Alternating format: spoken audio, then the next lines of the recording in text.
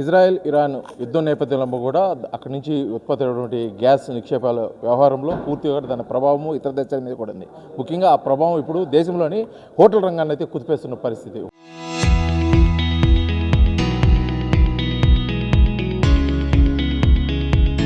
Hotel రంగానికి అవసరమైనటువంటి gas సరఫరా విషయంలో కూడా కేంద్ర ప్రభుత్వం చేతులెత్తేసిన క్రమంలో కూడా ఇక్కడ హోటల్ యజమానులు అయితే సమావేశం ఏర్పాటు చేసుకున్నారు.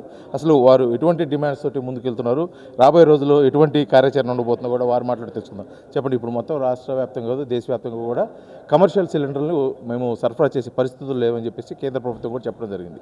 అంటే ఎటువంటి పరిస్థితులకి ఎటువంటి కార్యాచరణ ఉండబోతుందంటారు మీరు ప్రైవేట్ హోటల్స్ అసోసియేషన్ తరఫున? మేము మా జిల్లా అసోసియేషన్ అందరం కూడాను మా రాష్ట్ర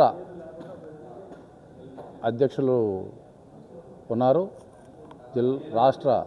ఆంధ్రప్రదేశ్ రాష్ట్ర హోటల్స్ అసోసియేషన్ అధ్యక్షుడు వారితో కలిసి అందరం కూడాను ఈరోజు రేపట్లో ఆల్రెడీ నిన్న విజయవాడలో మా రాష్ట్ర నాయకత్వము, విజయవాడ ప్రెసిడెంట్ గారు అందరూ కూడా కలిసి సీఎం గారికి ఒక రిప్రజెంటేషను పంపించడం జరిగింది. ఈరోజు కూడాను దానిలో భాగంగా అందరం కలిసి ఒక నిర్ణయానికి వచ్చి ప్రభుత్వం మమ్మల్ని తక్షణం ఏ విధంగా ఆదుకోగలదు, ఈ క్రైసిస్ నుంచి ఏ విధంగా బయటపడాలి, మా వ్యాపారాలని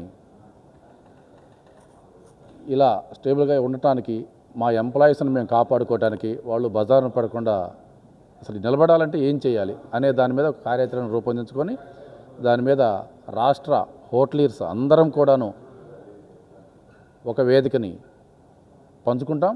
ఈరోజు రేపట్లో ఏంటి ప్రభుత్వము మాకు ఏ విధంగా సహాయం చేయగలదో మేము ప్రభుత్వ పెద్దల దగ్గరికి వెళ్ళి కూర్చొని మాట్లాడుకుందాం అనుకుంటున్నాం. అంటే ముఖ్యంగా ఇప్పుడు ప్రభుత్వం నుంచి మీకు ఎటువంటి సూచనలు రావడం జరిగింది, మీరు ఏం డిమాండ్ చేస్తున్నారండి? మేము హోటల్స్ని వీక్లో 1 డే క్లోజ్ చేసుకుందాము, గ్యాస్ కొరత వల్ల వీక్లో 1 డే రాష్ట్ర వ్యాప్తంగా హోటల్స్ని క్లోజ్ చేసుకుందాము, దాని ద్వారా కొంత గ్యాస్ని తగ్గించుకోవచ్చు వినియోగాన్ని అనేది ఒకటి అనుకుంటున్నాం. నంబర్ 2, రాష్ట్రంలో ఉన్న హోటల్ అందరూ కూడాను 10 o'clockకి హోటల్స్ క్లోజ్ చేసే విధంగా ప్రభుత్వం ఆదేశించే విధంగా ఈ స్ట్రీట్ ఫుడ్ దగ్గర నుంచి చిన్న పెద్ద హోటల్స్ అందరూ కూడాను ప్రభుత్వం ద్వారా 10 క్లోజ్ చేసే విధంగా, ఆ విధంగా కొంత గ్యాస్ని తగ్గించుకునే అవకాశం ఉందని ఈ విషయాలను మేము ప్రభుత్వం దృష్టికి తీసుకెళ్దాం అనుకుంటున్నాము. అదేవిధంగా మేము ఇప్పుడు పోయే ఈ లాస్ని ప్రభుత్వం దృష్టికి తీసుకెళ్ళి మాకు ఏ విధంగా సహాయం చేయగలదు. ఇప్పుడు ఇంతకుముందు చెప్పినట్టుగా ఎలక్ట్రికల్ బిల్స్లో కొంత రాయితీ కానివ్వండి, అదేవిధంగా ప్రభుత్వానికి కట్టే ట్యాక్సుల విషయంలో రాయితీ కానివ్వండి ఇస్తే ఈ గండం నుంచి గట్టెక్కగలమని అనుకుంటున్నాం. మీరు చెప్పండి, ముఖ్యంగా ఇటువంటి పరిస్థితులు అంటే ఒక రకంగా చెప్పాలంటే గడ్డు పరిస్థితులు నడుస్తున్నాయి. పూర్తిగా కమర్షియల్ సిలిండర్స్ను ఆపేసిన పరిస్థితి ప్రభుత్వం నుంచి. అయితే ఏమన్నా ప్రత్యామ్నాయ మార్గాల వైపు ఏమన్నా అడుగులు వేస్తున్నారు మీరు ప్రైవేటు హోటల్ అసోసియేషన్ తరఫు నుంచి?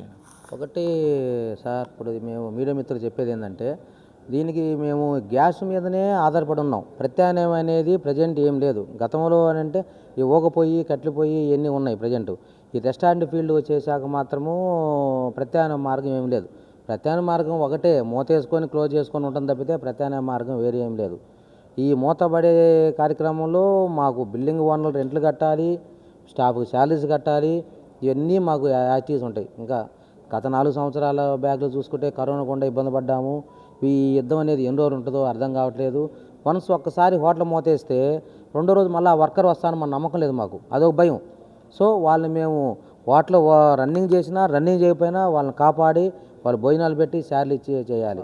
వేరే ప్రత్యామ్నాయ మార్గం అంటే మాకేం అర్థం కాక, మాకు అసలు ఏమి అర్థం కాక 2 రోజుల నుంచి మేము తల బాదుకుంటున్న సమస్య ఏర్పడింది. దీన్ని రాష్ట్ర ప్రభుత్వం ఎంత దూరం తీసుకెళ్తుందో మాకు అర్థం కావట్లేదు. ఇక్కడ డీలర్ని మేము పోయి ఒత్తిడి అడిగితే మాకు గ్యాస్ సప్లై రాలని చెబుతున్నారు. దీనికి ప్రత్యామ్నాయ మార్గం అర్థం కావట్లేదు మాకు. సో చిన్న చిన్న మెస్సులు అంటే వాళ్ళు ఏదో పొయ్యి మీద ఏదో వైట్ వేసేసుకుంటారు, సాంబార్ పప్పు వేస్తారు. రెస్టారెంట్ అనేది బాగా కుదిరే సమస్య ఏర్పడుతుంది. టిఫిన్ సెక్షన్ వాళ్ళు ఇబ్బంది పడుతున్నారు, రెస్టారెంట్లో ఇబ్బంది పడుతున్నారు. దీని ప్రత్యామ్నాయ మార్గం మాకేం అర్థం కాక రాష్ట్ర ప్రభుత్వం కూడా ఈరోజు అత్యవసర సమావేశము విజయవాడలో, అమరావతిలో జస్ట్ ఈరోజు 4 o'clock అత్యవసర సమావేశం ఏర్పడింది 13 జిల్లాల నుంచి. సో రేపు మాకు ఇప్పుడు ఒక అరగంటలో మాకు పిలుపు వస్తుంది. మాకు అన్ని మా జిల్లా నుంచి మా ప్రెసిడెంట్లు సెక్రటరీలు అందరినీ అమరావతి రమ్మని చెప్పని మాకు ఒక అరగంటలో మాకు ఫ్యాక్స్ వస్తాయి. మాకు ఫ్యాక్స్ని బట్టి అరగంట ఇప్పుడు మీటింగ్ జరుగుతుంది. సో అంటే ఇప్పుడు ముఖ్యంగా ఏం జరుగుతుంటే గ్యాస్ కొరత ఉన్న నేపథ్యంలో గ్యాస్ కన్జంప్షన్ అంటే ఎక్కువగా ఉన్న వంటకాలు ఆపేయటం కానీ అంటే కొంత లిమిటేషన్ తీసుకురావటం కానీ ఇటువంటి ఏదన్నా ప్లానింగ్ చేస్తున్నారు దాన్ని కూడా మేము పరిగణలో తీసుకుంటున్నాం. ఈరోజు ఇప్పుడే మీటింగ్ అయిన తర్వాత మేము హోటల్స్ కూడా మేము కూర్చొని మేము ఈ గ్యాస్ మీద అనేది స్నాక్స్ ఇవ్వాలంటే గ్యాస్ మీదనే ఇవ్వాలి.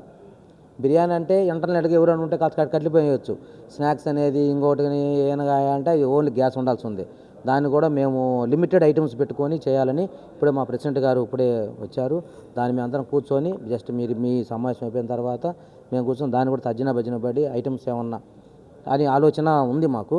అది కూడా ఈరోజు మేము సమావేశం అవుతాం. జస్ట్ అంటే జిల్లాలో అంటే ఉమ్మడి ప్రకాశం జిల్లాలో ఎన్ని హోటల్స్ ఉంటాయి, సుమారుగా రోజుకి ఎంత కన్జంప్షన్ ఉంటుంది కమర్షియల్ గ్యాస్? మినిమం నాకు తెలిసి ఇక్కడ 100 హోటల్స్ ఉన్నాయి. ఇక్కడ మేము పెద్దవి 100 హోటల్ నుంచి మినిమం వచ్చేసి క్యాటరింగ్ వాళ్ళు కానీ పెద్ద హోటల్ కానీ చిన్న హోటల్ కానీ 100 హోటల్స్ 500 సిలిండర్లు మినిమం కమర్షియల్ సిలిండర్లు పోతున్నాయి ఓన్లీ హోటల్స్కి. అదే క్యాటరింగ్లకు వచ్చేసాక సీజన్ టైంలో వచ్చాక 1000 సిలిండర్ కూడా పడవచ్చు. ఇప్పుడు పెళ్ళిళ్ళ సీజన్ ఒక పెళ్లి జరగాలంటే 10 సిలిండర్లు కావాలి. 1000 క్యాటరింగ్ ఆల్ మా హోటల్స్ పర్ డే 1000 సిలిండర్స్ ఉన్నాయి బ్రదర్. అవునా కదా? సో ఈరోజు అనేది ఇప్పుడు సపోజు నిన్న మొన్న జరిగింది. ఈరోజు సపోజు మా బ్రదరు ప్యారడైజ్ హోటల్ ఉంది, అతను రోజుకి 5 సిలిండర్లు కావాలి, 2 ఇచ్చారు. 2 ఇస్తే ఏం జరుగుద్ది? జరగదు. కాబట్టి ఏంటంటే దీన్ని బట్టి మేము కూడా లిమిటెడ్ ఐటమ్స్ పెట్టుకొని వాటిని ఇందాక మా ప్రెసిడెంట్ గారు చెప్పారు. ఏం చెప్పారు? 10ంటికి హోటల్ క్లోజ్ చేసుకోవాలి. 12 దాకా ఉంటేనే మాకు వ్యాపారము అతలాకుతంగా అంతంత జరుగుతుంది. 10ంటికి హోటల్ మా తీసుకున్నామంటే ఇంకా మేము అతలాకుతం అది తజ్జనబడి జరుగుతుంది.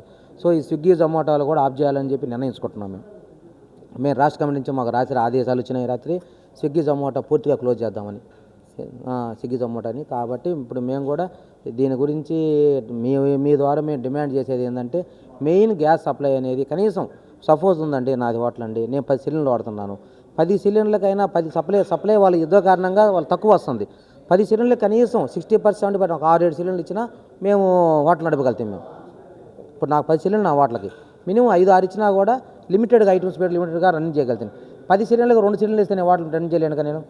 అది మీ ద్వారా నేను తెలియజేసాను. ఇది మొత్తానికి ప్రస్తుతానికి కుదేలవుతున్నటువంటి హోటల్ రంగాన్ని కాపాడేదాని కోసం కేంద్ర రాష్ట్ర ప్రభుత్వాలు ప్రత్యేకమైన నిర్ణయం తీసుకోవాలి. ఇప్పుడు ఇస్తున్నటువంటి గ్యాస్ సప్లైకి సుమారు 60% ఇస్తే మాకైతే కొంత తగ్గించుకొని కన్జంప్షన్ మేమైతే కొన్ని ఐటమ్స్ కూడా తగ్గించుకొని హోటల్ రంగాన్ని ముందుకు తీసుకెళ్తాం. ఎందుకంటే ఇప్పుడు హోటల్ రంగం మూతపడితే దానికి రిలేటెడ్గా ఉన్న అనేక కుటుంబాలు దాని మీద ఆధారపడిన వారు పూర్తిగా కూడా రోడ్డున పడే పరిస్థితి ఉంది. కాబట్టి ఇప్పుడు కేంద్ర రాష్ట్ర ప్రభుత్వాలు హాస్పిటల్స్కి అదేవిధంగా ప్రభుత్వ పాఠశాలకు ఇచ్చినటువంటి రాయితీ మాకు కూడా ఇచ్చి మమ్మల్ని ఆదుకోవాలని చెప్పేసి హోటల్ అసోసియేషన్ తరఫు నుంచి అయితే కోరుకున్న పరిస్థితి ప్రకాశం జిల్లాలో కనిపిస్తుంది. వీడియో జర్నలిస్ట్ లక్ష్మితో శ్రీనివాస్, RTV, ఒంగోలు, ప్రకాశం జిల్లా. Local to global news at your fingertips. మీ చేతిలో ఒక ఆయుధం. Download raw TV app. Media legend Ravi Prakash is back.